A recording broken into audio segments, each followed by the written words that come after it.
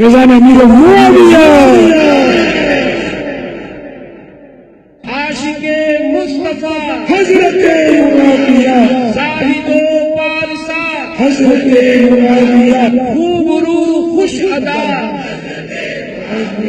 خوش نما خوش لقا حضرت معاویہ، مخلص و باوفا حضرت معاویہ، با عمل بے ریا حضرت معاویہ، با ادب با حیا حضرت معاویہ، بے گناہ بے خطا حضرت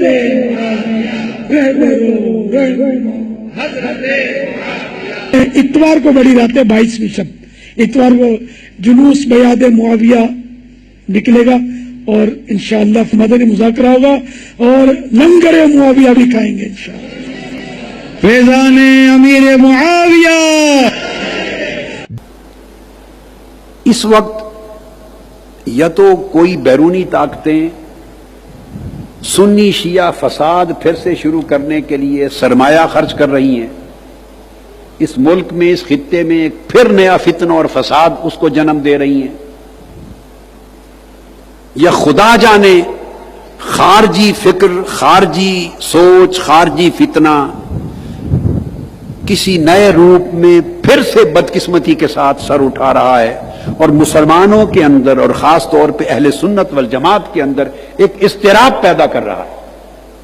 اور ایک حدیث سیدنا صدیق اکبر کے فرمان پر پیش کرتا ہوں، اور وہ بھی صحیح بخاری سے، وہ بھی صحیح بخاری سے۔ سیدنا صدیق اکبر رضی اللہ تعالیٰ عنہ وصیت کیا کرتے، اور اس حدیث کو روایت کیا حضرت عبداللہ بن عمر رضی اللہ تعالیٰ عنہ نے۔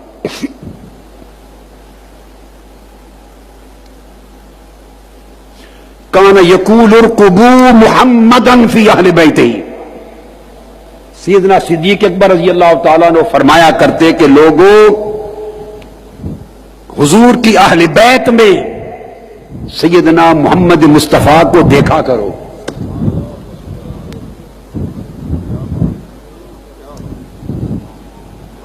اس کا معنی ہے وَاحْفَظُوهُ وَاحْفَظُوهُ فِيهِمْ، سن خاموش ٹائم تھوڑا ہے، وَاحْفَظُوهُ فِيهِمْ۔ امام ابن حجر اسقلانی نے بیان کیا، اب اس کی شرح، یہ حدیث بخاری کی ہے اور شرح اس کا معنی بیان کر رہا ہوں حافظ ابن حجر اسقلانی کی فتح الباری سے، اور امام بدر الدین العینی الحنفی ان کی عمدۃ القاری سے، اور جمیع محدثین نے۔ امام ابن حجر اسقلانی نے فرمایا کہ سیدنا صدیق اکبر کے ارشاد کا جو معنی ہے وہ سمجھے، فرمایا وَاحْفَظُوهُ فِيهِمْ، کہ لوگوں حضور علیہ الصلوۃ والسلام کی شان کی حفاظت کرو اہل بیت کے اندر۔ وَاحْفَظُوهُ فِيهِمْ، حضور کی شان کی حفاظت کرو، عظمت مصطفیٰ کی حفاظت کرو، محبت مصطفیٰ کی حفاظت کرو، تکریم و تعظیم مصطفیٰ کی حفاظت کرو، حضور کی شان کی، حضور کی حرمت کی حفاظت کرو۔ کس طرح؟ فیہم، اہل بیت کے اندر، یعنی حضور کی اہل بیت کو عزت دو، ان کو عزت دینا مصطفیٰ کو عزت دینا ہے۔ اہل بیت محمد کو صلی اللہ علیہ وسلم ان کے حقوق کی رعایت کرنا، حقوق مصطفیٰ کی نگرانی کرنا ہے۔ اہل بیت نبوی کی عظمت کی پہرے داری کرنا، شان مصطفیٰ کی پہرے داری کرنا ہے۔ علماء اہل سنت اور مبلغین اہل سنت اور داعیان عقیدہ اہل سنت اور پیروکاران عقیدہ اہل سنت سوچیں، جب کوئی عمل کرے، جب تقریر کرے، جب تبلیغ کرے، جب اپنی مسجدوں کا نام رکھے، کسی جلسے کا عنوان رکھے، کسی بیٹے بچے کا نام رکھے، جو کام کرے اس میں دیکھے کہ اس میں اہل بیت کے اندر مصطفیٰ کی حفاظت ہو رہی ہے یا نہیں۔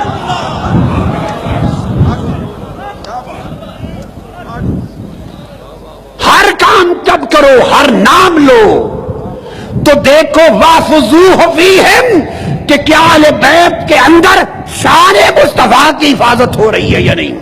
اگر آپ اہل بیت کی شان کی حفاظت میں جلسے جلوس نہیں کر سکتے، اور مولا علی المرتضیٰ کے ولادت اور وصال کے عرس نہیں منا سکتے اور اہل بیت کی عزت اور حرمت و ناموس کے ڈنکے نہیں بجا سکتے، تو کم سے کم ایسے کام تو نہ کرو کہ جن کے کرنے سے ان کی شان میں لوگوں کے ذہن میں خلل آ جائے، ایسے تو نہ کرو۔ حضور کا فرمایا، حضور کا حیا کرو اہل بیت کے اندر، اہل بیت کے آئینے میں تمہیں مصطفیٰ نظر آئیں گے۔ یہ حدیث بخاری ہے، اور کس کا مشرب ہے؟ سیدنا صدیق اکبر رضی اللہ تعالیٰ عنہ۔ نام لینا بڑا آسان ہوتا ہے، ہم اہل سنت ہیں، ہم صدیق اکبر کو ماننے والے ہیں، یہ بات جملہ بڑا آسان ہوتا ہے، مگر ان کی روش کو اپنانا ہوتا ہے۔ کبھی ایسا بھی دیکھا کہ ایک کملی اور اونی چادر اوڑھ کے بیٹھے ہیں، اس میں آپ ایک پوتے کو بھی کملی کے اندر بٹھا لیں، دوسرے پوتے کو بھی بٹھا لیں، نواسے یا نواسے کو دوسرے کو بٹھا لیں، دو نواسوں کو، اپنی شہزادی اپنی صاحبزادی کو کملی چادر کے اندر بٹھا لیں، داماد کو بھی بلا کے کزن ہے اس کو بھی اندر بٹھا لیں۔ کبھی آپ نے اپنی محبت میں وارفتگی میں ایسا کیا کہ 4 تن اپنی چادر کے اندر اٹھا کے ڈھانپ کے بیٹھ جائیں؟ کبھی کیا؟ مجھے بتائیں، کبھی کسی نے کیا ہو؟ ایمانداری سے ہاتھ کھڑا کر دے۔ میں نے کبھی نہیں کیا، میں نے کبھی نہیں کیا۔ حد ہوتی ہے، چلو پوتے نواسی کو اس کو کر کے بندہ کر لیتا ہے پیار سے، گلے لگا لیا، بٹھا لیا، میں کرتا رہتا ہوں، چادر کے اندر چھپا لیا، ہو جاتا ہے۔ چلو 2 پوتے پوتیاں ہیں، 2 نواسے نواسی ہیں، دونوں کو گود میں بٹھا کے اوپر کملی ڈال لی، چادر ڈال لی، سمجھ میں آتی ہے۔ اس سے اگلی بات سمجھ میں نہیں آتی، بڑی صاحبزادی کو بھی کملی کے اندر ڈال دیں اور داماد کو بھی کملی کے اندر ڈال دیں، چادر کے اندر، کزن کو۔ ایسا میں نے کبھی کسی کو کرتے نہیں دیکھا، بس نہ کبھی سنا ہے سوائے تاجدار کائنات محمد مصطفیٰ۔ یہ کوئی معمولی عمل نہیں تھا، یہ ایک میسج تھا، یہ ایک میسج تھا کہ تم یہ کام نہیں کر سکتے۔ میں علی کو اپنی کملی کے اندر بغل میں لے کے بیٹھا ہوں، ادھر فاطمۃ الزہرا کو کملی کے اندر چھپا کے بیٹھا ہوں، اب جو علی پر زبان درازی کرے گا وہ میری ذات پر کرے گا، جو فاطمۃ الزہرا کی طرف انگلی اٹھائے گا وہ میری ذات پر اٹھائے گا، جو حسن حسین پر اٹھائے گا وہ میری ذات پر اٹھائے گا۔ ایک میسج دینا تھا، اور کیا کن کے سامنے؟ تاکہ میسج پوری امت کو ان کے ذریعے دیا جائے جن کو ام المومنین کہتے ہیں، حضرت عائشہ صدیقہ رضی اللہ تعالیٰ عنہ، تاکہ بڑا سے بڑا خارجی بھی انکار نہ کر سکے۔ اب یہ روایت مولا علی شیر خدا خود نہیں کر رہے، سیدہ فاطمۃ الزہرا نہیں کر رہی، روایت اس واقعے کی ام المومنین سیدہ عائشہ صدیقہ رضی اللہ تعالیٰ جو خود آدھا دین ہیں وہ روایت کر رہی کہ آقا نے ان ساروں کو اپنی کملی میں رکھ لیا اور چھپا کر پھر آیت پڑھی، انما یرید اللہ لیذھب عنکم اہل البیت لیطہرکم تطہیرا۔ یہ آیت ان پر پڑھی، اللہ تمہیں پاک صاف کرنا چاہتا، تخصیص فرما دی۔ اب جو حضور کی کملی میں چھپ کر حضور کے ذات اقدس کا حصہ بن کے بیٹھے ہیں، ان سے محبت اور ان کے جلسے جلوس اور ان کے نعرے اور ان کی شان کے ترانے گانا مومن کو یہ زیب دیتا ہے، یا ایسے نعرے اور ایسے ترانے کہ جو مولا علی المرتضیٰ کے بارے میں شک و شبہ پیدا کر دیں؟ ایمان کیا کہتا ہے، نسبت محمدی کیا کہتی ہے، مصطفیٰ کا حیا کیا کہتا ہے، حضور کی محبت کیا کہتی ہے، میرے آقا کا عمل کیا کہتا ہے؟ مومن کبھی ایسا کام نہیں کر سکتا جو ذہن کو بانٹ دے، ان کی محبت پر جا کر تقسیم کر دے، نہیں۔ کف لسان کا حکم ہے حضرت امیر معاویہ رضی اللہ تعالی عنہ کے لیے، کف لسان۔ یہ اہل سنت کا عقیدہ ایک بڑا نازک عقیدہ ہے، ادھر ہٹ گئے تو اور مسلک بن گیا، اس طرف ہٹ گئے افراط ہوا یا تفریط، آپ مسلک اعتدال پر اہل سنت پر نہیں رہے، گمراہی کی طرف چلے جائیں گے۔ اور کف لسان، صرف زبان کو بند رکھنا، ایک یہ چیز طے شدہ رہی، ایک یہ طے شدہ رہی کہ حق پر ان سارے مشاجرات میں مولا علی المرتضیٰ تھے. چونکہ گفتگو اس وقت صرف حضرت امیر معاویہ کے تناظر رضی اللہ تعالیٰ عنہ کے تناظر میں ہو رہی ہے، جنگ صفین اور آپ کا جو پورا نظام سیاست و ملوکیت تھا اس حوالے سے ہو رہی ہے، لہذا ان کا سٹینڈ خطا پر مبنی تھا، وہ خاطی تھے، ان کا موقف درست نہیں تھا. اور فقہا نے اور ائمہ اصول الدین نے اپنی تمام کتب اہل سنت کے اندر ان کے اس عمل کو، اقدام کو خروج اور بغاوت تک کا لفظ لکھا ہے. خروج اور بغاوت کا لفظ لکھا ہے.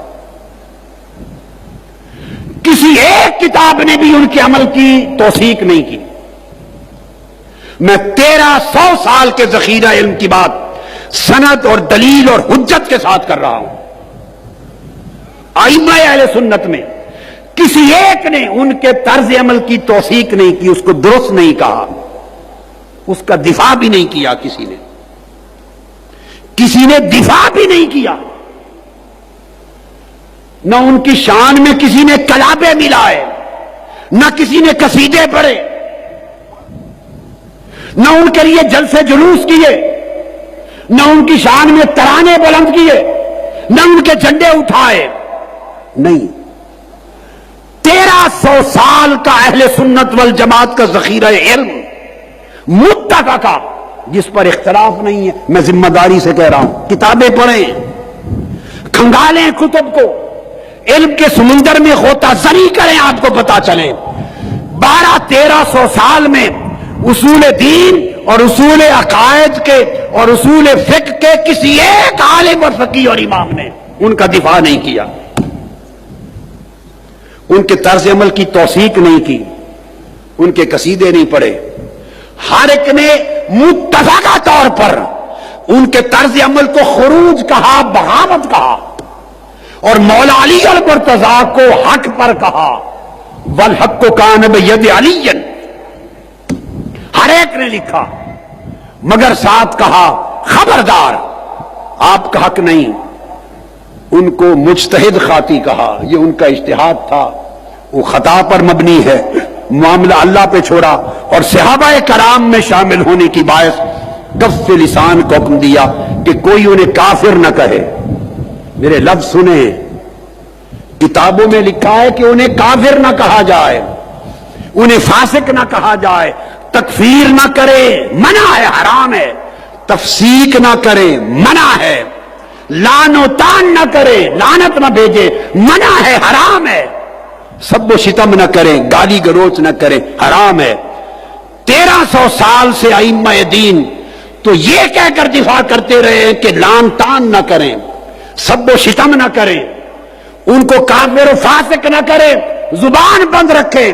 یہ عقیدہ کہاں سے نکل آیا؟ لوگ زبان بند کرواتے رہے 1300 سال تک ائمہ. اور آج یہ عقیدہ کہاں سے آیا کہ آپ ان کے جھنڈے اٹھا لیں اور ان کے نعرے لگائیں اور مسجد بجائے مسجد علی رکھنے کے ان کے نام پہ رکھے اور ان کی شانوں پر ترانے اور قصیدے گائیں اور ان کے جلسے کریں اور ان کے عرس منائیں اور یوم میلاد منائیں. خدا کے لیے مجھے بتا دو، 1300 سال میں یہ عقیدہ میں نے اپنی زندگی میں نہیں دیکھا.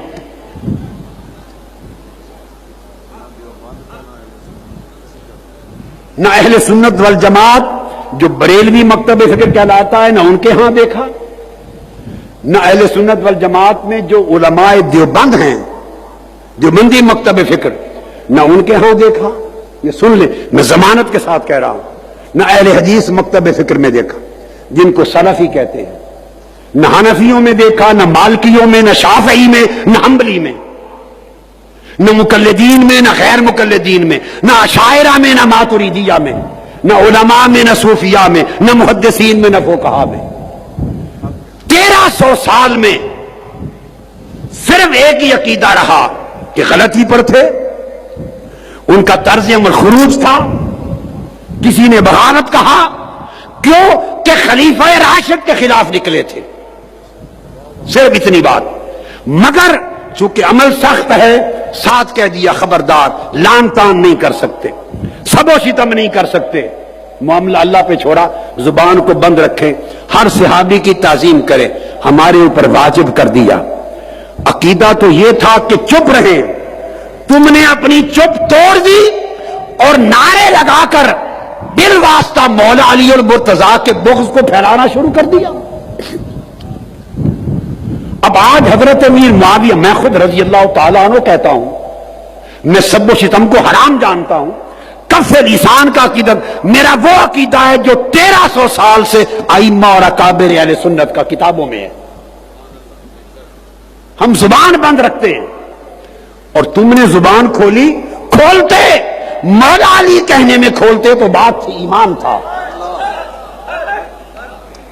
تم نے ان کو مولا بنایا جن کے لیے ائمہ چپ کرواتے رہے کہ چپ، زبان بند رکھیں، سب و شتم نہیں کرنا، لان تان نہیں کرنی، تفسیق و تکفیر نہیں کرنی، وہ چپ کراتے رہے تاکہ صحابہ کا کہ جو ایک نسبت ہے اس کی وجہ سے تعظیم رہے، معاملہ اللہ پہ چھوڑ دیں، ختم۔